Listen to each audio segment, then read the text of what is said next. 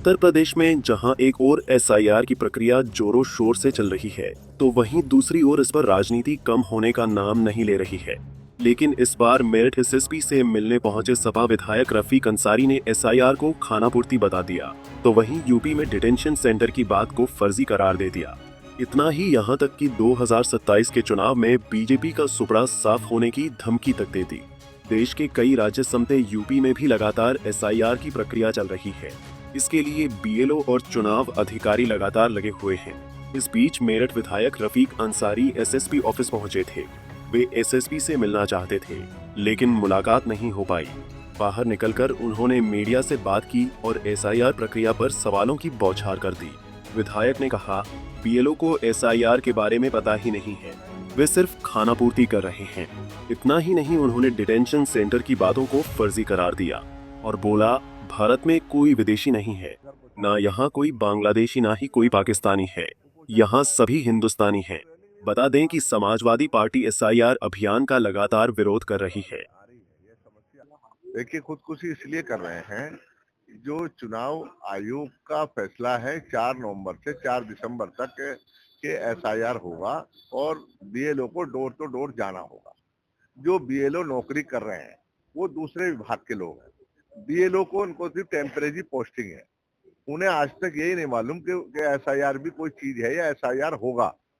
तो उन्हें door to door का कोई मतलब नहीं, घर घर का पता ही नहीं किसी घर का। गांव ग्रामीण जो पोजीशन है, ग्रामीण पोजीशन तो ये किसी गांव में बैठ गए तो सबके घर का पता लग जाता है वोटर लिस्ट में।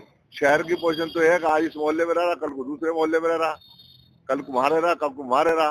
तो उसे बीएलओ को घर घर का पता ही नहीं है। शहरी पोजीशन में सबसे ज्यादा परेशानी बीएलओ को आई है। 11 तारीख आखिर कर दी गई है और कई सारे बीएलओ ऐसे परेशान घूम रहे हैं कि फॉर्म तो चले गए, वापस नहीं आ रहे। अब इसके लिए क्या तरीका निकालना चाहिए आपको? अच्छा, वापस देखिए, दो बातें हैं आपसे। एक तो प्रशासन चाहता अपना गला बच जाए मेरा, क्योंकि ऊपर से आदेश है कि ये जो है करिए आप। अब उसका अलावा ये है कि जो फार्म दे दिए उनके पास उसके नंबर है बीएलओ के पास, उनको फोन करो। वो फोन कर नहीं रहे हैं, बैठे हैं, आ जाते हैं। कोई इनके पास दे गया तो ले लिए। सच्चाई पोजीशन है, मैं फील्ड में रहता हूँ रोज। हम तो दबाव बना रहे हैं उन पर, जिनको फार्म दिए तुम्हारे पास उसका नंबर। यह घटना राजनीतिक तौर पर गर्म है। सपा एसआईआर को चुनावी हथकंडा बता रही है, जबकि बीजेपी इसे रूटीन वोटर रिवीजन कह रही है। बता दें कि सीएम योगी आदित्यनाथ खुद जनप्रतिनिधि के साथ बैठक करके एसआईआर प्रक्रिया की निगरानी कर रहे हैं। बता दें कि मेरठ में भी अस्थायी डिटेंशन सेंटर बनाने की तैयारी चल रही है। खुद डीएम ने इसके बारे में जानकारी दी है। डिटेंशन सेंटर में लोगों के लिए सभी तरह की सुविधा उपलब्ध रहेगी। निगम और नगर पंचायत नगर पालिका परिषद के द्वारा रेल बसेरे उसमें सारे यहाँ पर्याप्त इंजन के अलावा अस्थायी रेल बसेरे भी संचालित किए जाएंगे, जैसी आवश्यकता होगी रेलवे स्टेशन के पास, बस स्टैंड के पास या अन्य सार्वजनिक जगहों पे।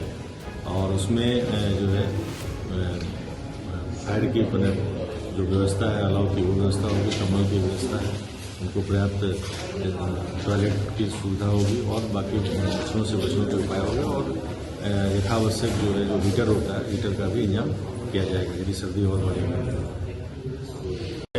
7 विधानसभा क्षेत्र है, 7 विधानसभा क्षेत्र में विशेष प्रगाढ़ पुनरीक्षण की कार्रवाई चल रही है, जिसमें कि अब तक जनपद में लगभग 97% के करीब काम सभी विधानसभा में पूर्ण हो चुका है। और मैं आपके माध्यम से समस्त वोटर्स, जो मेरठ जनपद के वोटर्स, उनसे निवेदन करना चाहता हूँ कि जिन्होंने 2003 का डिटेल तक नहीं दिया है, वो अपने संबंधित बीएलओ को और जो हमारे उनके सपोर्टिंग स्टाफ है उनको दे दें, ताकि उनकी मैपिंग की कार्रवाई। बता दें कि मेरठ में कुल 7 विधानसभा क्षेत्र है, जहां लगातार एसआईआर की प्रक्रिया चल रही है। करीब 97% एसआईआर की प्रक्रिया पूरी हो चुकी है। बता दें कि मेरठ में अब तक 63 से 64% मैपिंग का काम पूरा हो चुका है। एक ओर जहां जिला प्रशासन एसआईआर की प्रक्रिया में लगा हुआ है, तो वहीं दूसरी ओर यह बहस यूपी की राजनीति को नया मोड़ देती दिखाई दे रही है। साल 2027 में उत्तर प्रदेश के विधानसभा चुनाव होने हैं, लेकिन इसकी सुगबुगाहट अभी से ही देखी जा रही है।